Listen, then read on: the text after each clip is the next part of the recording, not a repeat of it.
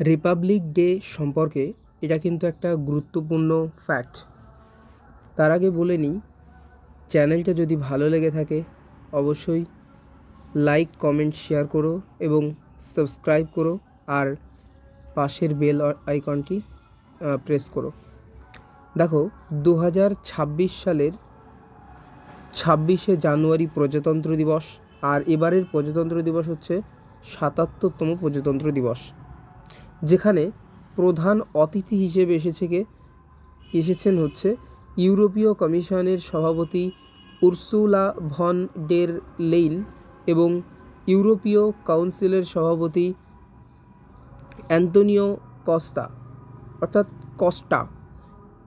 এটি হচ্ছে প্রথমবারের মতো ইউরোপীয় ইউনিয়নের শীর্ষ নেতৃত্বকে একসাথে আমন্ত্রণ জানানো হয়েছে। তাহলে একসাথে আমন্ত্রণ জানানো হয়েছে এই প্রথম।